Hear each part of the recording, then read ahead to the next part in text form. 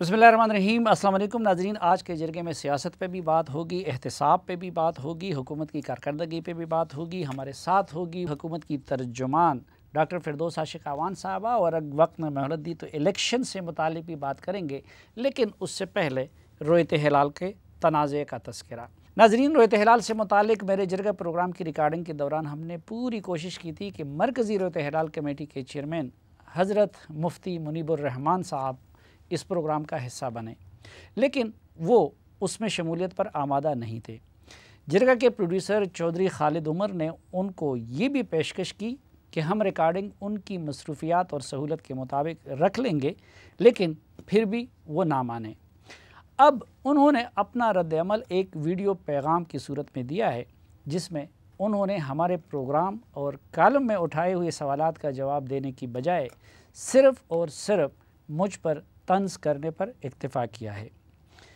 मेरा बुनियादी सवाल ये था कि जिस रोज़ और जिस वक्त हज़रत मुफ्ती मुनीबुर रहमान साहब ऐलान कर रहे थे कि मुल्क के किसी हिस्से में रमज़ान का चाँद नज़र नहीं आया, ऐन उसी रोज़ और ऐन उसी वक्त पेशावर में मुफ्ती शहाबुद्दीन पोपलज़ई साहब ऐलान कर रहे थे कि 1 दर्जन से ज़ायद लोगों ने चाँद देखा है, और उनमें से बाज़ गवाहों को अपने साथ उन्होंने बिठाए भी रखा था, जिसमें एक आलिम दीन और बरेलवी मसलक से ताल्लुक़ रखने वाला भी था।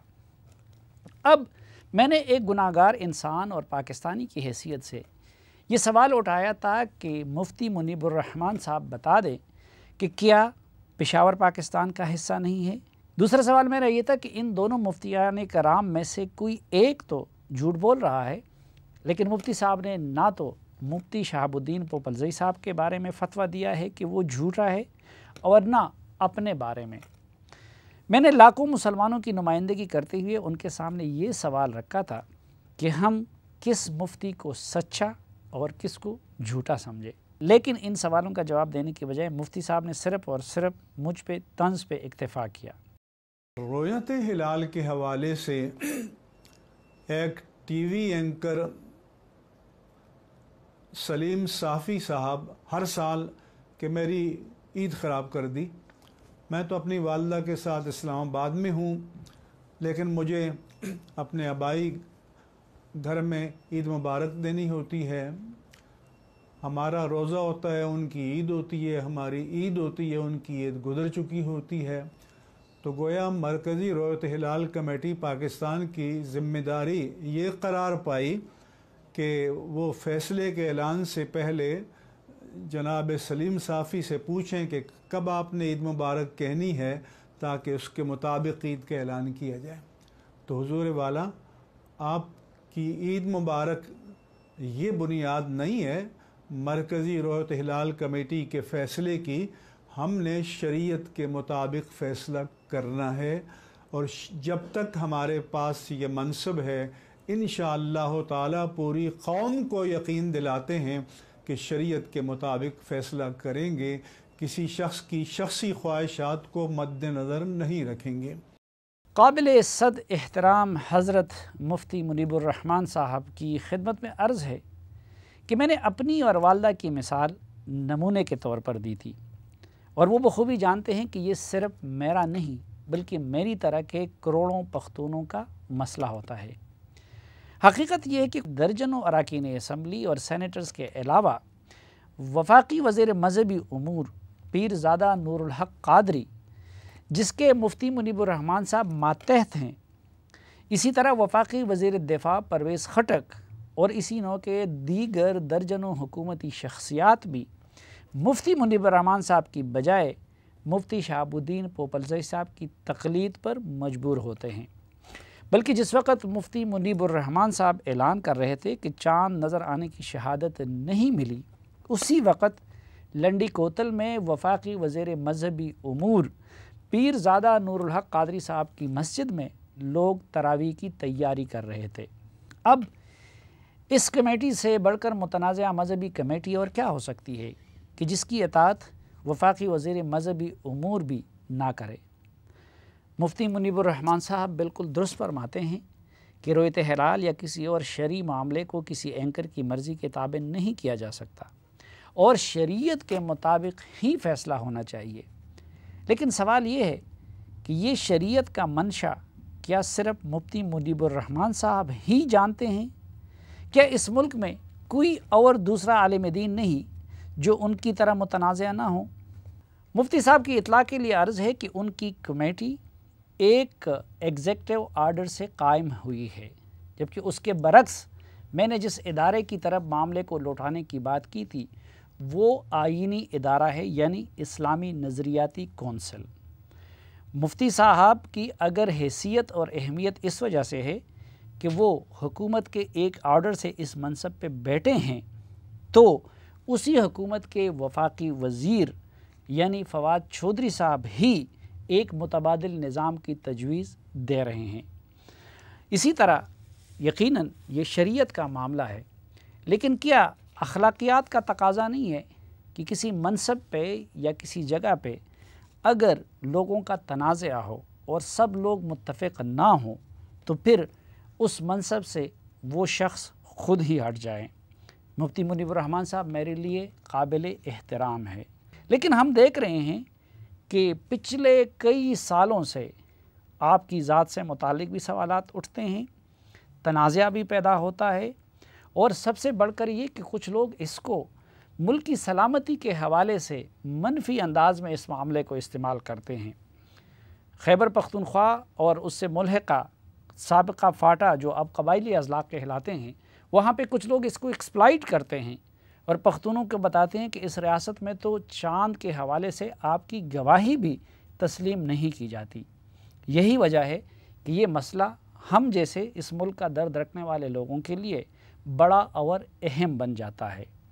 हमारी ख्वाहिश होगी कि आपको बड़ी से बड़ी मनसब ये हुकूमत इनायत कर दे, लेकिन हम सिर्फ ये चाहते हैं कि या तो हमें उन सवालों का जवाब आपकी कमेटी की तरफ से मिले, या फिर ये कि आप अपनी क़ुव्वत नाफिज़ा वहाँ तक बढ़ाए, या फिर ये हुकूमत जिसके एक ऑर्डर की वजह से आप इस मनसब पे बैठे हैं वो इस कमेटी के लिए किसी ऐसे आलिम दीन को, आप जैसे आलिम दीन को, हम जैसे आम इंसान या गुनाहगार को नहीं, यकीनन जो दूसरा बंदा अगर आपकी जगह पे बैठा होगा तो वो भी शरीयत की मंशा के मुताबिक फ़ैसला करेगा। इस मुल्क में न क़हतुर रिजाल है और न क़हतुल उलमा है, इसलिए हम मसले का हल चाहते हैं, हम इस उम्मत का इत्तेफाक चाहते हैं। हमारे साथ हैं हुकूमत पाकिस्तान की तर्जुमान और इत्तलात व नशरियात के लिए वज़ीर आज़म की मुआविन ख़ुसूसी डॉक्टर फिरदौस आशिक़ा वान साहिबा। कितना मुश्किल है इस हुकूमत की तर्जुमानी करना? देखिए, मुश्किल तो ज़िंदगी इट्सेल्फ एक मुश्किल तरीन मरहला है जिसको बंदा तय करता है, और उस ज़िंदगी के मरहलों में मुख्तलिफ़ आसान और मुश्किल पड़ाव आते रहते हैं, और मुश्किल ज़रूर है, लेकिन इंशाल्लाह अगर आप जैसे गाइड करने वाले, सपोर्ट करने वाले साथ हों तो आसान हो जाता है। नहीं, हम तो मिस गाइड करने वाले हैं, लेकिन ये कि जरदारी साहब की हुकूमत, परवेज़ मुशर्रफ और अब ये तीनों में किसकी तर्जुमानी या दिफा करना सबसे ज़्यादा मुश्किल था? देखिए, सबसे ज़्यादा आसान जिसको कहेंगे वो इमरान खान है। अच्छा, क्योंकि ये एक ऐसा लीडर है कि जिसके ऊपर दाग कोई नहीं है, जिसकी क्रेडिबिलिटी पे उस तरह से करप्शन या पाकिस्तान के लूट खसूट में हिस्सेदारी या ओवरऑल यानी पब्लिक के अंदर, मासेस के अंदर वो तमाम तारा आपकी जो हो सकता है आपकी रिजर्वेशन और है, तो फिर हमारे दोस्त और इतने ज़ुबान दराज फवाद चौधरी क्यों नहीं कर सके? है तो मुश्किल ना? मुश्किल है, ये किसने कहा आसान है, लेकिन ज़ाहिर है टीम वर्क से आसान बनाया जा सकता है। ये चेयरमैन नैब के साथ ऐसा क्यों किया आप लोगों ने? हमने किया जी। ये आप नून लीग कब से हो गए? अल्लाह ना करे, क्योंकि ये वो कह रहे हैं कि हमने किया। देखिए, ये एक बदकिस्मत मरहला है और वाक़या है जिसकी प्राइम मिनिस्टर साहब के साथ जो कड़ियाँ जोड़ी जा रही हैं या उनके साथ एसोसिएट की जा रही हैं, तो ये इंडिविजुअल एक्शन है। कोई भी आप का किसी करीबी तरीन हुकूमती या गैर हुकूमती शख्सियत से यकीनन ताल्लुकात होंगे, और कोई भी मेरा एक्शन या आपका ज़ाती एक्शन जो है वो उस शख्सियत का एक्शन नहीं हो सकता, वो इंडिविजुअल एक्शन है। नहीं, तड़ियाँ इसलिए जोड़ी जा रही हैं कि प्राइम मिनिस्टर ने तड़ियाँ देनी शुरू की थी नैब को। नहीं, कहीं पे भी तड़ियाँ नहीं दी, बल्कि प्राइम मिनिस्टर साहब ने नैब को इस्तेहकाम दिया, सपोर्ट दी, और उनको उनके पाँव पे खड़ा करने के लिए एक जो हुकूमत का रवायती तरीका थे साबका अदवार में, उससे निकल के उनको एक रियासती अदारा मानते हुए वो तमाम जो गैप्स थे, जो रिफॉर्म्स थी, और जो ओवरऑल उनको support required the with in the parameter of constitutional bindings, वो फैसिलिटेट किया और सहूलतकारी की, ना कि नहीं। जो तड़ियाँ आपके पेशरो थे, इसी जगह बैठ के फवाद चौधरी साहब ने इस नैब पे बड़े शदीद एतराज़ात उठाए थे, और इस पे बुनियाद पे भी कि खान साहब पे उन्होंने केसेस जो है क्यों लटकाए रखे हैं। देखिए, ये एक कंसर्न होना किसी भी शख्स का, एक इशू पे दो नुक्ता नज़र होते हैं, और कंसर्न होना जहाँ पे बेशुमार और केसेस और इश्यूज़ हैं, उसमें ये इश्यूज़ भी है और उस पर कंसर्न हो सकता है, मेरा भी होगा, मेरे चेयरमैन का भी है, प्राइम मिनिस्टर का भी है। आप भी उसी तरह नैब से नाराज़ है जिस तरह फवाद चौधरी नाराज़ थे इमरान खान के केसेस की वजह से? ऐसा नहीं है। देखिए, अदारे के अंदर जो कंडक्ट होता है, किसी शख्स पे इंक्वायरी शुरू होना, उसके ख़िलाफ़ कंप्लेंट आना, वो कोई इशू नहीं है। पाकिस्तान है, इसके अंदर लाखों कंप्लेंट्स डेली नैब के पास जाती हैं। देखना ये है कि उस कंप्लेंट को वेरीफाई करने में और फिर हकायक के साथ जोड़ने में अगर कोई दानिस्ता या गैर दानिस्ता मैनिपुलेशन होती है तो फिर कंसर्न है। जब तक एज पर मेरिट कुछ चीज़ें चलती हैं उस पर कंसर्न नहीं होना चाहिए। चेयरमैन नैब कहते हैं कि परवेज़ खटक, बाबर अवान और फिरदौस आशिक अवान के केसेस के बारे में उन पे हुकूमत की तरफ से दबाव है। झूठ बोलते हैं चेयरमैन नैब? वो कंडेम कर चुके हैं, तरदीद कर चुके हैं, और कोई भी ऐसी बात, और आपके प्रोग्राम से मैं सलीम साफ़ी साहब अच्छा आपने ये बात की है, सोशल मीडिया में भी बहुत ज़्यादा नेगेटिव इसकी हाइप दी हुई है। एक तो वो इस कालम के हवाले से जो हकायक जिसको कहा गया, उन्होंने उसकी तरदीद की, और कोई ऐसी चीज़ उन्होंने कहा कि मैंने नहीं की।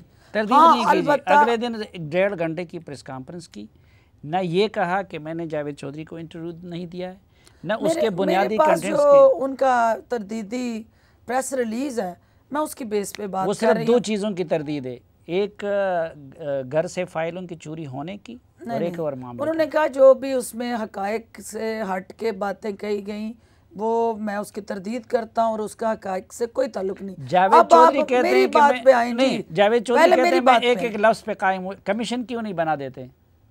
करना चाहिए, जावेद चौधरी साहब को देनी चाहिए एप्लीकेशन के मैंने सही लिखा है और वो गलत कह रहे हैं, तो कमीशन नहीं। अपोजिशन ने मुतालबा किया है पार्लिमानी कमीशन का, क्यों नहीं बना देते? पहली बात तो आप मेरी सुन लेना। मुझे सिर्फ पहले सवाल का जवाब। आपने मेरी तरफ उंगली उठाई है तो मेरा हक है ना मैं उसकी वजाहत करूं। जी जी।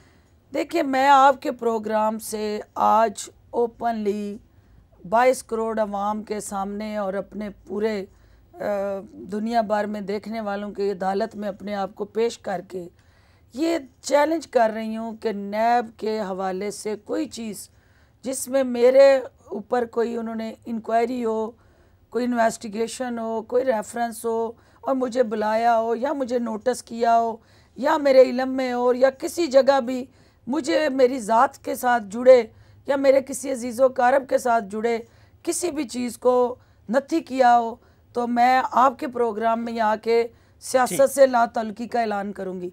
हाँ, अलबत्ता जो बातें मनगढ़ंत, बेबुनियाद, झूठा प्रोपेगेंडा करने वाले जो लोग हैं, आप मुझे उनकी सज़ा का भी यहाँ तयन करें कि उनका इस किस्म की किरदार कुशी करने वाले वो किस एजेंडे पे हैं, वो क्या चाहते हैं।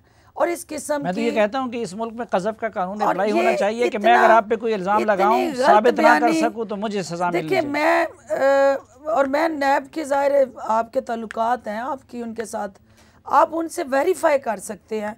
और ये फिर बार बार इस किस्म की चीज़ें सोशल मीडिया में मेरे नाम से डालना, उसको हाईलाइट करना, ये भी हमारे दोस्तों की कारस्तानी है। ये सारी और ये सियासी दोस्त पीटीआई में नहीं थी, लेकिन ये सारी रवायत जो है पीटीआई ने डाली है, ये सोशल मीडिया पे, ये कैरेक्टर असैसिनेशन, ये झूठे इल्जाम नहीं डाली, लेकिन अब देखिए खान साहब ने कैसे इल्जाम लगाए थे नजम सेठी पे और फिर कहा कि मैंने तो सियासी बात की थी। नहीं देखिए चीज़ें वो अगर हम उस तरफ जाएंगे तो वो बहुत सारे हकायक की कड़ियाँ आपस में मिलेंगी और ये प्रोग्राम उसके लिए ना। अच्छा चले हकायक की बात करते हैं। अपोजिशन मुतालबा करती है पार्लिमानी कमीशन का, तो क्यों ना बनाया जाए कि पता चले कि जावेद चौधरी कितने झूठ बोलते हैं और चेयरमैन नैब कितने झूठ बोलते हैं। देखिए ये किसी शख्स को भी किसी दूसरे शख्स से अगर कोई आपस में लैक ऑफ कम्युनिकेशन या डिसइंफॉर्मेशन का इशू है तो डिसइंफॉर्मेशन लॉ एग्जिस्ट करता है और उसका पार्लिमानी कमीशन से क्या लेना देना है। ये तो इन्फॉर्मेशन है ना। देखें जब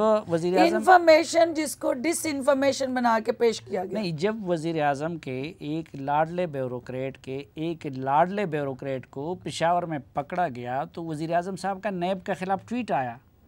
देखिए वो ट्वीट डिसइंफॉर्मेशन थी? नहीं, बात ये है सफ़ी साहब, इंस्टीट्यूशन है ना, ज़रूरी तो नहीं कि इंस्टीट्यूशन के अंदर काम करने वाले हर शख्स जो है वो 100% एज पर लॉ चीज़ें आगे लेके चल रहा हो या हो रही हो। नहीं, मैं हेड ऑफ इंस्टीट्यूशन की बात, हेड ऑफ गवर्नमेंट की बात कर रहा हूँ कि वज़ीर आज़म साहब ने खुद काम है अगर कोई कहीं ओवर स्ट्रेचिंग करता है किसी जगह पे भी और उनके नोटिस में लाया जाता है, अपने बाउंड्री से बाहर आके कोई क्रीज से बाहर जाके खेलता है तो वो वज़ीर आज़म की नोटिस लेना तो उनकी पेशावर जिम्मेदारी है। नैब के डीजी को ट्रांसफर कर दिया गया कबल अज़ वक्त। मैं नहीं समझती कि इसका कोई हकीकत से ताल्लुक है। अच्छा, इसका हकीकत से ताल्लुक नहीं। Interested in posting and transfer. अच्छा, ये क्यों? उनके बड़े और काम है करने के। अच्छा, ये जो वज़ीर आज़म के मीडिया के लिए इतने सारे मुशीर है, उनका काम तो ये है ना कि हमें अखलाकियात पढ़ाएं और सिखाएं, तो ये क्यों कि वज़ीर आज़म के मुआविन ख़ुसूसी के चैनल से वो ख़बर चली? ये गलत है और इसको ना सिर्फ प्राइम मिनिस्टर ने कंडेम किया बल्कि उस पर एक्शन लिया और फौरी तौर पे एक तो पैमरा ने उनको शोकास दिया हुआ है, नोटिस दिया हुआ है और उनको 6 दिन का वक्त दिया हुआ है और अगर वो साबित नहीं कर सकते उसके साथ जुड़े जो भी उनका। ये क्या काम करते हैं?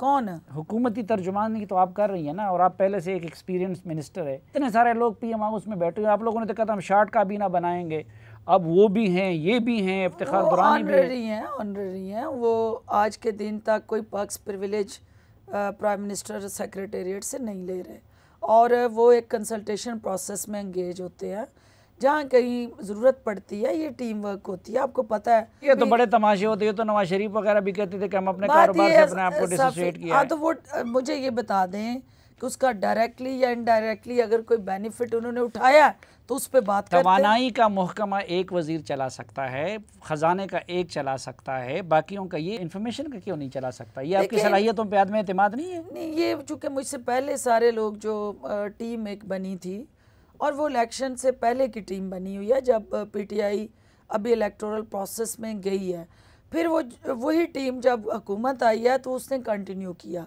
फिर फवाद चूँकि मुझसे पहले वो थे कर रहे लुक आफ्टर, तो एक कम्बिनेशन बना हुआ था और उस कम्बिनेशन के साथ आगे चल रहे थे।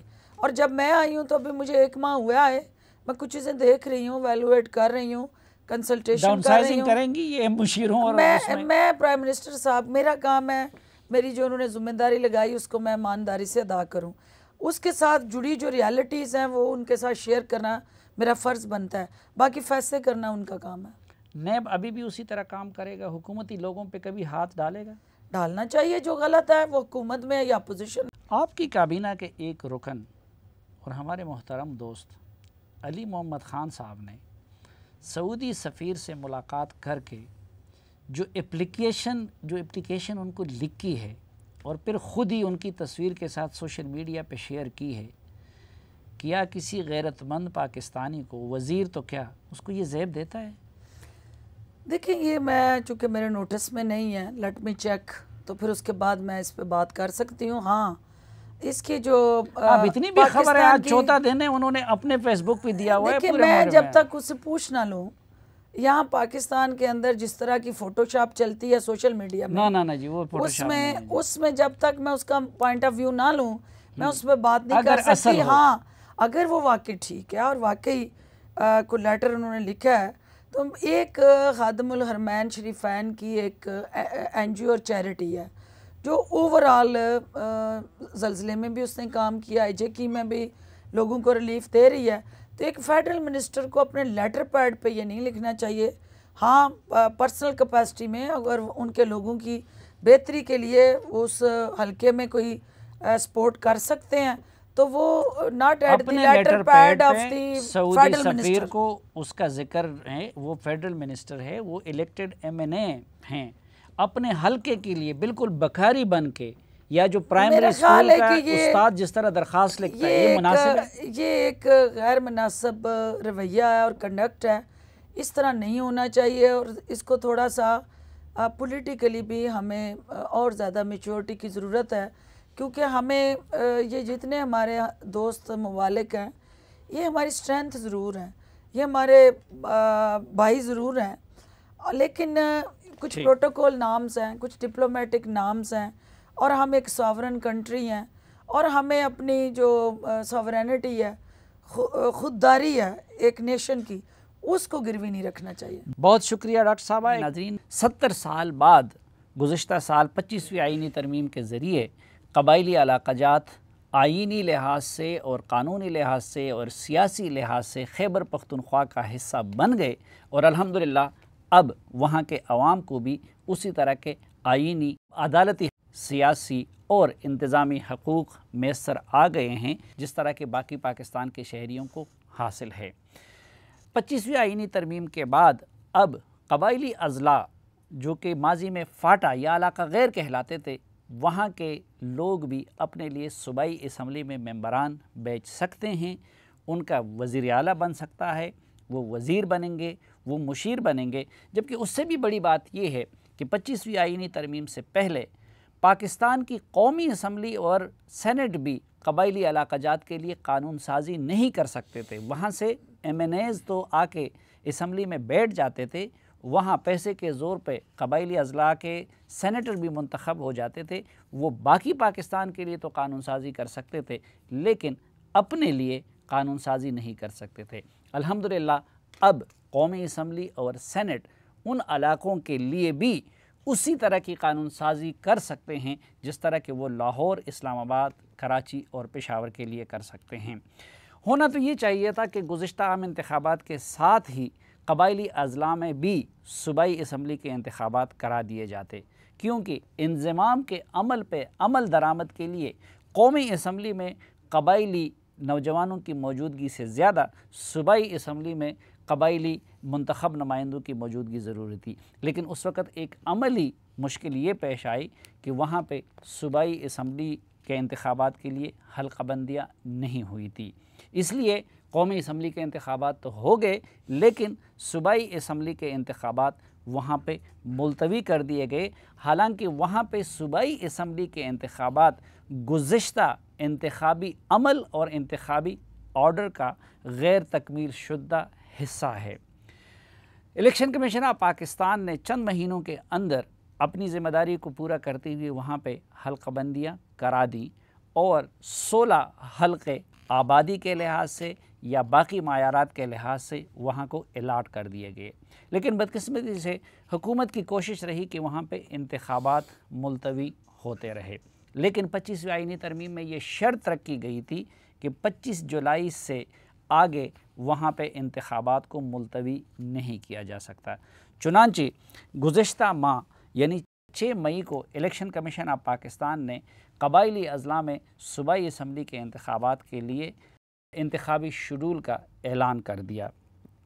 इस दौरान कुछ लोग मुतहर्रिक हो गए, ख़ुसूसन वो MNAs और सेनेटर जो नहीं चाहते कि कबायली अज़ला से सूबाई असम्बली के मेंबरान भी आ जाएं और उनकी इजारादारी को चैलेंज कर लें।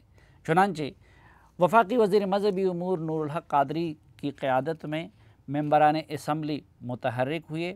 उन्होंने बाकी कौमी जमातों की क़यादत को भी ये दलील दे के गुमराह किया कि वहाँ पे सब लोग इंतखाबात का इल्तिवा और असम्बली की नशिस्तों में इजाफ़ा चाहते हैं। चुनांचे कौमी असम्बली से 26वीं आईनी तरमीम पास कर दी गई और ज़ाहिरी बात है कि 26वीं आईनी तरमीम के नतीजे में वहाँ पे अगर वो सेनेट से भी पास हो जाता और प्रेसिडेंट भी उस पर दस्तखत कर लेते तो फिर इलेक्शन कमीशन मजबूर हो जाता कि वो वहाँ पे इंतखाबात को उस वक्त तक के लिए मुलतवी कर दें जब तक कि इलेक्शन कमीशन ऑफ पाकिस्तान नई कानून के मुताबिक वहाँ पे हल्काबंदियाँ नहीं करती। चुनांचे जहाँ एक तरफ कबायली अजला में सूबाई इलेक्शन के लिए जोश व खरोश मिसाली था, वहाँ पे इन लोगों के इस हरकत की वजह से एक कन्फ्यूजन भी पैदा हो गई। बहुत सारे लोग ख़ुद हुक्मरान जमात के इंतखाबात में कागज़ात या तो जमा नहीं कर सके अपने क़यादत नूरुल हक कादरी साहब जैसे लोगों के कहने पे, क्योंकि उन्होंने उनको ये बुरी ख़बर सुना दी कि अब वहाँ पे इंतखाबात नहीं होंगे।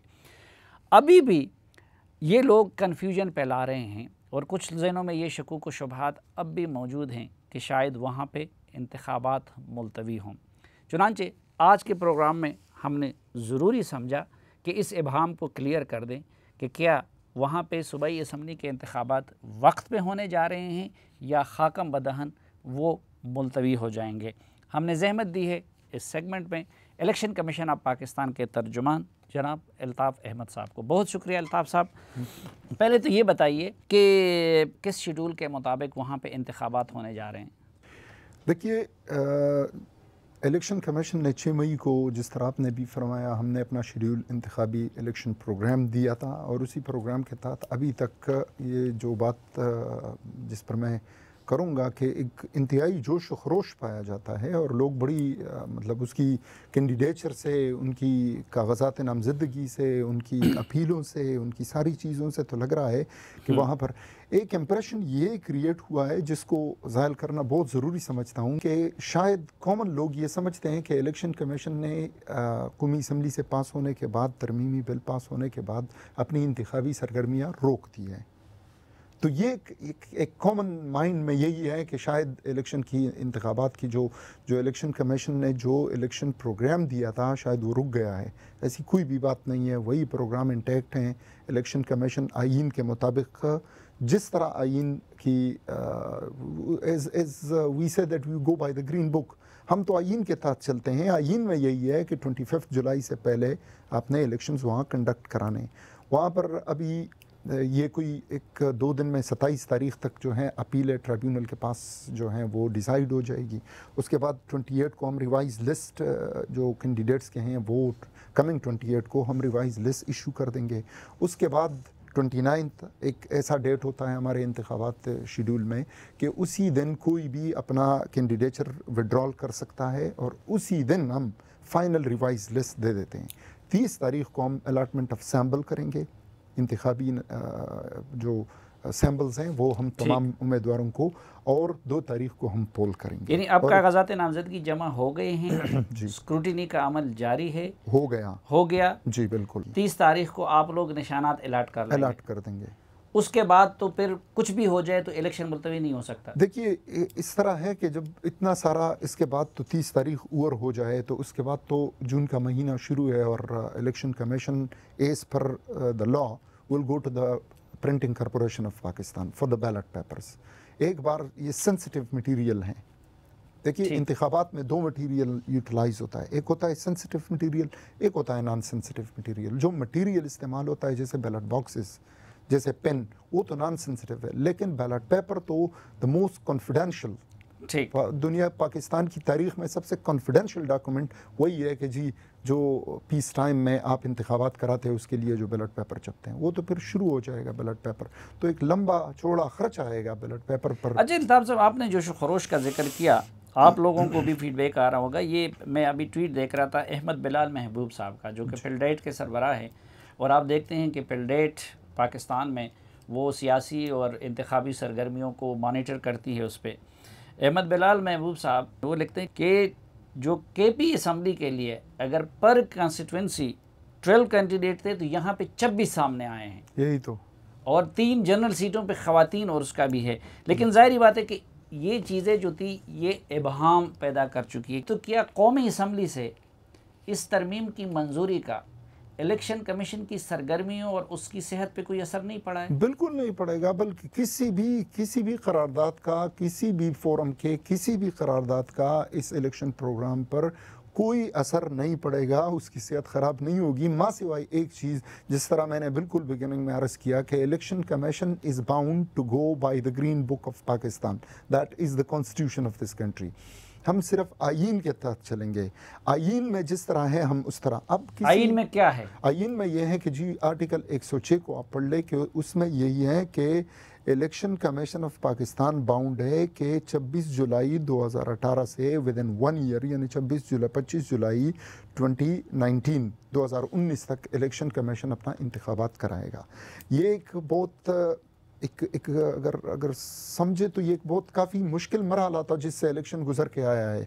देखिए फाटा में डिलिमिटेशन एक लंबा चौड़ा प्रोसेस था। फाटा का डिलिमिटेशन कराना कोई आसान काम नहीं था, उसमें एफआर का इंक्लूजन था। एफआर, अब एफआर ये है कि बाकी एजेंसीज को तो जितने जो फार्मर एजेंसीज थे उनको ज़िले बनाकर हमने उसको डिलिमिट कर दिया, लेकिन एफआर जो थे वो तो कोई एक एफआर पिशावर था, एक एफआर कुआट था, उसको आप मिसाल के तौर पर किसी और एजेंसी के साथ एडजस्ट करना था तो वो नहीं पॉसिबल था कि एफआर लकी को आप कहाँ कर लेंगे, एफआर टाउन को आप कहाँ करेंगे। इसीलिए इन सब पे हमें फिर जो पार्लियामेंट हैं उनकी इस्तेहकाक की ज़रूरत हमें पड़ गई कि जी हमारी रहनुमाई कर दी जाए इस मामले में। और ये एक लंबा चौड़ा प्रोसेस था, लेकिन अल्हम्दुलिल्लाह जिस तरह आपने कहा इलेक्शन कमीशन बहुत ही एहसन तरीके से उसी को कंप्लीट करने में कामयाब हो गए और हमने डिलिमिटेशन कर लिया। उसके बाद रिवीजन था उसके इलेक्टोरल का। अच्छा, किस स्टेज पे इलेक्शन कमीशन बाउंड हो जाएगा कि वो इंतखाबात को मुलतवी करे? अगर सेनेट से भी पास हो जाए और सदर भी दस्तखत कर ले तो फिर तो आप लोग बाउंड होंगे ना? ज़ाहिर है फिर अगर कॉन्स्टिट्यूशनल अमेंडमेंट हो गया तो फिर तो इलेक्शन कमीशन, लेकिन अब सूरत हाल ये है कि अब अगर वक्त गुजर गया, मिसाल के तौर पर सारे बैलेट पेपर छप जाए और सारा जो हमारे लोग जाकर उसकी ट्रेनिंग कंप्लीट हो जाए, उसकी ये सारी, फिर इन सारी चीज़ों को हमें रिवर्स करना पड़ेगा। नहीं, वो तो अब जाहिर बात है कि महीने डेढ़ में इम्कान इसलिए नज़र नहीं आता कि सेनेट का इजलास है ही नहीं, तो महीने में जब हो जाएगा ये भी ऑब्वियस है कि स्टैंडिंग कमेटी में जाएगा।